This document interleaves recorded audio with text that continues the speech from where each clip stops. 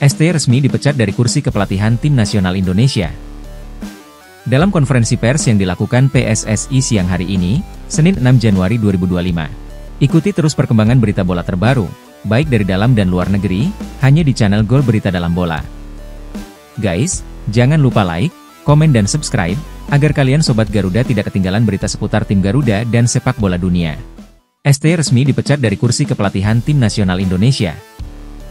Dalam konferensi pers yang dilakukan PSSI siang hari ini, Senin 6 Januari 2025. Ketua Umum PSSI Erick Thohir menyatakan secara resmi telah memecat STY sebagai pelatih kepala di tim Garuda. Apa yang kita lakukan hari ini untuk kebaikan tim nasional? Kalau dilihat PSSI 1,5 hingga 2 tahun terakhir mempunyai program sangat konsisten. Semua kita lakukan sangat transparan tanpa agenda tertutup. Kita mengucapkan terima kasih kepada kinerja Coach Shin Tae-yong selama ini, ungkap Erick Thohir, Senin, 6 Januari 2025. Hubungan kami sangat baik dan kita bekerja baik untuk program-program yang kita jalani. Tapi dinamika di timnas ini menjadi perhatian khusus dalam kami melakukan evaluasi. Kita melihat perlunya ada pimpinan yang bisa lebih menerapkan strategi yang disepakati oleh para pemain. Komunikasi yang lebih baik dan tentu implementasi program lebih baik secara menyeluruh ke timnas, ucap Erick Thohir. Erick Thohir bilang bahwa pihaknya melalui manajer Timnas Indonesia Sumarji sudah memberikan surat pemecatan terhadap ST. Pak Sumarji sudah bertemu Coach Shin Tae-yong tadi pagi dan surat menyuratnya ada. Saya mengucapkan sekali lagi terima kasih, sebut Erick Thohir. Erick Thohir menegaskan keputusan ini dibuat untuk kepentingan Timnas Indonesia. Keputusan ini bukan karena Timnas milik siapa-siapa tapi karena Timnas ini milik Indonesia, tegas Erick Thohir menambahkan. Tadi pagi Pak Manajer, Pak Sumarji sudah bertemu dan berkomunikasi dengan Coach Shin Tae-yong dan dia sudah tanda tangan dokumennya, ujar Erick Thohir dalam konferensi pers. Selanjutnya, Ketua Badan Tim Nasional Sumarji membeberkan pesan yang disampaikan oleh pelatih Shin Tae-yong kepada Timnas Indonesia seusai dirinya tak lagi menjabat sebagai pelatih kepala di Timnas Indonesia. Adapun, pesan dari Coach Shin tersebut disampaikannya saat bertemu dengan Sumarji untuk membahas terkait pemberhentiannya pada Senin, 6 Januari 2025, pagi. Pesannya Coach Shin mudah-mudahan timnas lolos Piala Dunia, ujarnya dalam konferensi pers yang digelar di Menara Dana Reksa, Jakarta Pusat, pada Senin, 6 Januari 2025.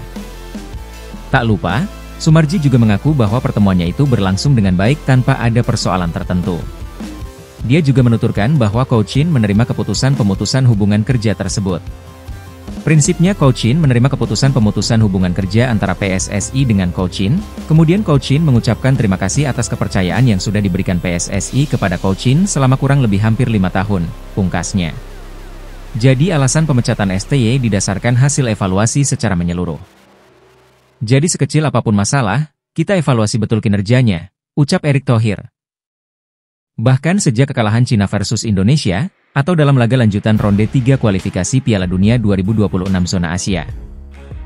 Sebenarnya, kabar terkait kepergian Shin Tae-yong sudah muncul usai timnas Indonesia dikalahkan Cina dan Jepang dalam lanjutan kualifikasi Piala Dunia 2026. Terutama dalam pergantian komposisi starting line up ketika melawan Cina, STY melakukan blunder fatal dengan memasukkan nama-nama pemain yang berbeda dari 3 pertandingan sebelumnya, di mana pemain-pemain tersebut belum pernah sekalipun menjadi pilihan utama di starting line up selama mengarungi laga kualifikasi Piala Dunia 2026 round 3 zona Asia. Blunder fatal inilah yang menjadi sebab akhirnya tim Garuda mengalami kekalahan pertamanya di grup neraka alias grup C ini.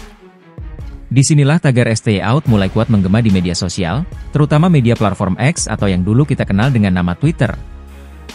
Adapun melansir dari situs resmi PSSI, keputusan pemecatan STY dilakukan untuk meningkatkan performa tim dari waktu ke waktu. Keputusan ini dibuat berdasarkan pertimbangan yang panjang dan matang serta evaluasi yang dilakukan oleh Persatuan Sepak Bola Seluruh Indonesia dan Badan Tim Nasional secara menyeluruh terhadap performa tim dan tujuan jangka panjang yang ingin dicapai oleh Tim Nasional Sepak Bola Indonesia. Pihak PSSI pun mengucapkan terima kasih atas kontribusi yang diberikan STY kepada Timnas Indonesia. PSSI berharap yang terbaik bagi Shin Tae-yong untuk kedepannya, tulis PSSI pada Senin, 6 Januari 2025. Sebenarnya rumor pemecatan STY sudah tercium dari salah satu postingan Exco PSSI.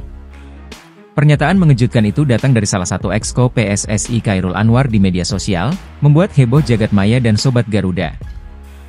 Dalam postingannya di Instagram pribadi, Chairul Anwar menuliskan salam perpisahan untuk pelatih Timnas Indonesia, Shin Tae-yong. Terima kasih Shin Tae-yong atas kebersamaannya selama ini.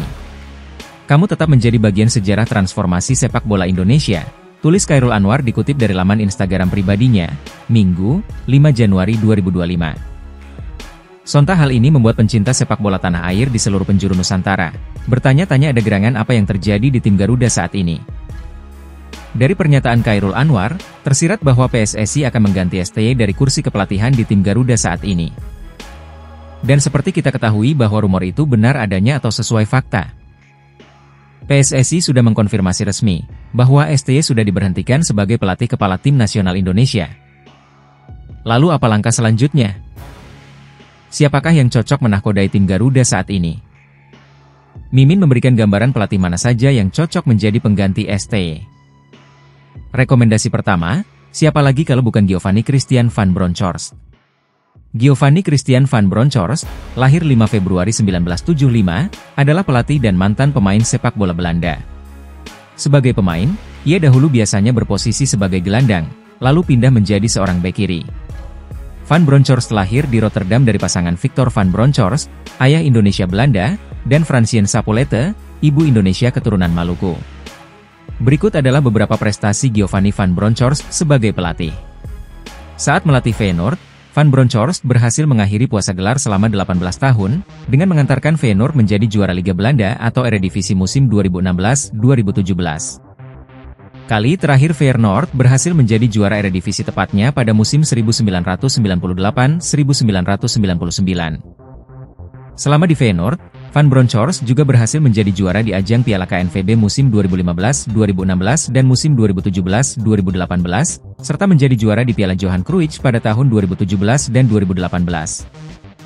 Pada musim pertamanya 2021-2022, Van Bronckhorst yang ditunjuk sebagai manajer Rangers pada November 2021, berhasil mencapai final Liga Eropa, dan memenangkan Piala Skotlandia di musim tersebut.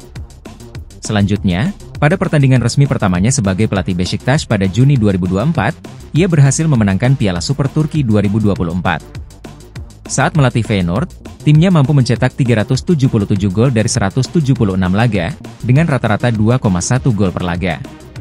Saat melatih Rangers FC, timnya mampu mencetak 135 gol dari 68 laga, dengan rata-rata 1,9 gol per laga. Saat melatih Beşiktaş, timnya mampu mencetak 36 gol dari 18 laga, dengan rata-rata 2 gol per laga. Selama karir klubnya, ia bermain untuk RKC Waalwijk, Feyenoord, Rangers, Arsenal, Barcelona, dan sekali lagi bersama Feyenoord. Calon alternatif pelatih selanjutnya, Frank Rijkaard. Setelah meninggalkan jabatan pelatih timnas Arab Saudi pada 2013, Frank Rijkaard tak pernah lagi bekerja sebagai pelatih. Padahal, rekam jejak pelatih 62 tahun ini masuk kategori mumpuni.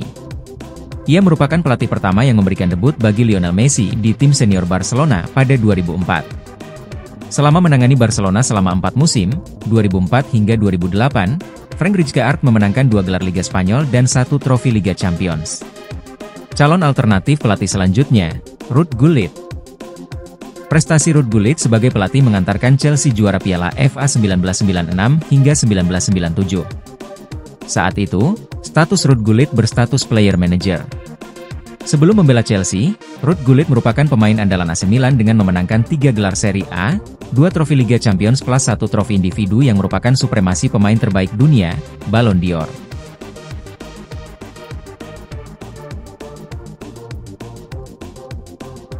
Guys, jangan lupa like, komen, dan subscribe. Terima kasih.